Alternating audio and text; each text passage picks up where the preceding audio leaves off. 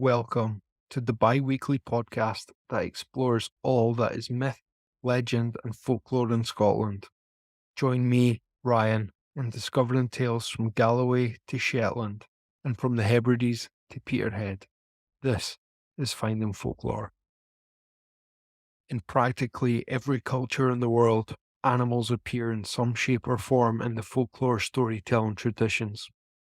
Sometimes animals are used as a stand-in to represent specific ideas or concepts, such as white deer being used as a messenger with another world in our episode When Man Meets Fairy, Thomas the Rhymer and the Elven Queen, or a white horse being used to represent heroism, the classic white knight riding one to save the day. Other times, animals are used to represent transformation, as in the ever-familiar story of the frog turning into a prince. Sometimes, creatures are anthropomorphized and used as a stand-in for humans, perhaps to make the tale more appealing to children, or as a quick way to describe something about a character's nature, such as a fox being sly, a rabbit being timid, or a snake being deceitful. And sometimes, animals are used as an obstacle or challenge our main character must overcome. Perhaps the most famous example of this being some of the 12 labours of Hercules. One such tale comes directly from the Scottish borders, the town of Ettrick and Hapertooty Burn. Ettrick is a tranquil village with roots dating back to the Bronze Age, while Hapertooty Burn is a small burn that flows into the Yarrow Valley before going into St Mary's Loch, the largest loch in the borders at 5 kilometres long and 1 kilometre wide. In our story, there is a cottage by the burn which still stands and can be visited today. At the side of Hapertooty Burn, there was a house where a woman lived with her 2 strapping sons. There wasn't much work to be had at the time, and there was even less for the family to eat. One day, the older lad went up to his mum and said, "It's time for me to go and make my fortune in the world. I'm going to leave." His mum thought it over and said, "Well, son, what will be will be." She went to the kitchen and handed him a sieve and a cracked bowl and said, "Away to the well and fetch some water. The more water you bring back, the bigger the bannock I'll bake for your journey." On the walk to the burn, a wee bird spotted the laddie with his sieve and cracked bowl and began to sing, "Stop it with fog, clag it with clay, and that'll carry the water away." Well, the boy wasn't too impressed with the bird singing. "Away you go, you wee stupid birdie," the laddie said. "Do you think I'm going to get my hands all dirty just because you sing a daft wee song?" And with that, the bird flew away. Of course, the water just ran out the sieve every time the laddie pulled it from the well, and the cracked bowl didn't fare much better.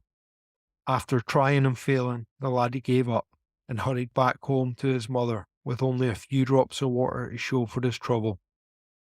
On seeing how little water her son brought back, the woman sighed. Then she made him a wee bannock with oatmeal.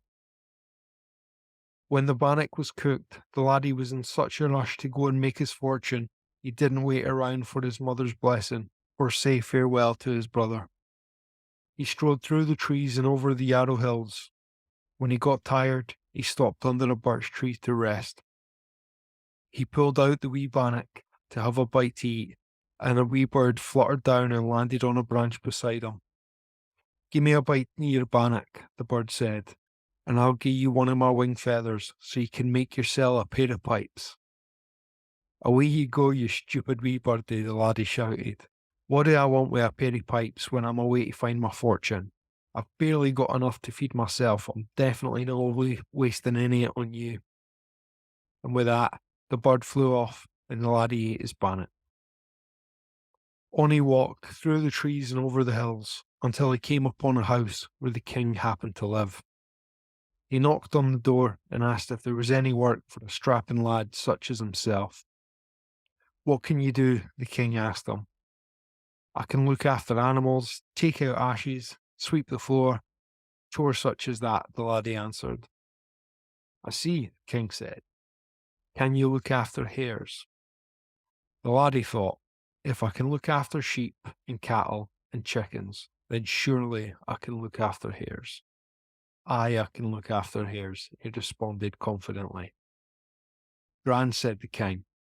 Tomorrow you'll have my hares to look after. If you bring them back safe and sound at night, you'll get to marry my daughter. Suits me just fine, the laddie said, thinking making his fortune was going to be even easier than he had thought. But if you don't bring them back, the king added, then the next day I'll have you hanged by your neck. Well, the laddie didn't like the sound of that, but he had already given his word and felt like he couldn't go back on it. The king didn't mention supper, but sent the laddie to his room, where he slept as well as he could. The next morning the laddie woke to find no breakfast, for the king had already eaten. He had a sip of water and then was sent out to the field to watch the hares that he saw playing in the grass. He was told to bring them back safe and sound at night and put them in the barn. He counted 25 hares in total and noticed one of them had a bad leg. He chased them to round them up, but they scattered, too fast for him to catch. Eventually, he managed to catch the one with the bad leg by the ears. His stomach was growling, and so he decided to skin and cook the hare over a fire. After eating, he fell asleep.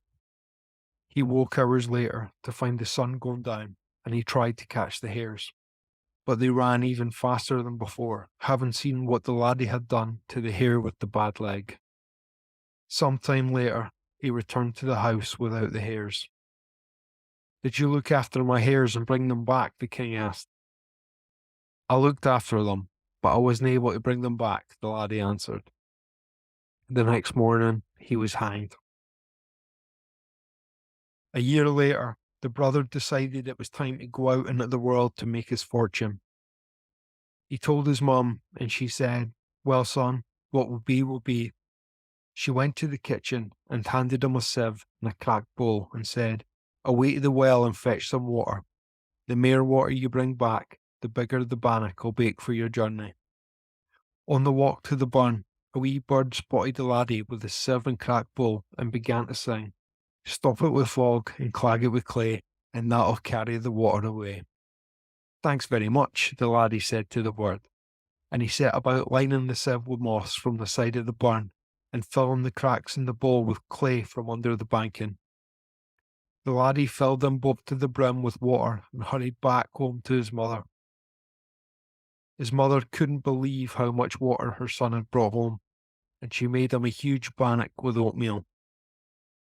When the bannock was cooked, the laddie asked his mother for her blessing before he left, and she gave him a big cuddle and pat on the head and sent him on his journey.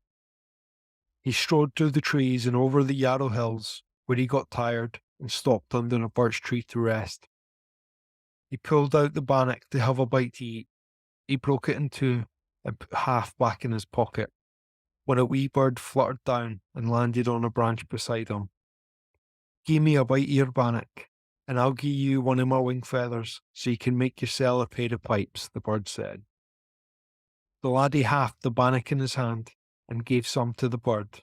They ate together, and then after eating, the bird plucked a feather from its wing and showed the laddie how to make a pair of pipes and how to play beautiful music on them. Then the laddie continued on his way. He walked through the trees and over the hills until he came upon a house where a king happened to live. He knocked on the door and asked if there was any work for a strapping lad such as himself. What can you do? The king asked. I can look after animals, take out ashes, sweep the floors, chores such as that, the laddie answered. I see, said the king. Can you look after my hares?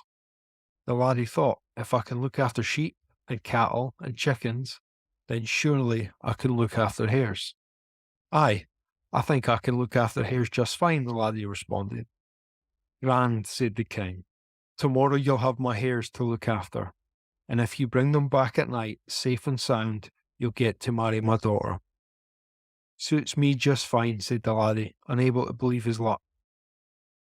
But if you don't bring them back safe, the next day I'll hang you by your neck, the king added. Well, the laddie didn't like the sound of that one bit, but he had already given his word, and felt like he couldn't go back on it. The king didn't mention supper, but sent the laddie to his room, where the laddie snapped what was left of his bannock in half, ate some, and then slept. The next morning, the laddie woke to find no breakfast, for the king had already eaten it. He had a sip of water, and then was sent to the field to watch the hares, where he saw the hares playing in the grass, and he was told to bring them back safe and sound that night. He counted 25 hares in total, and noticed one had a bad leg. The laddie sat down and ate the last of his bannock, and watched the hares run and play.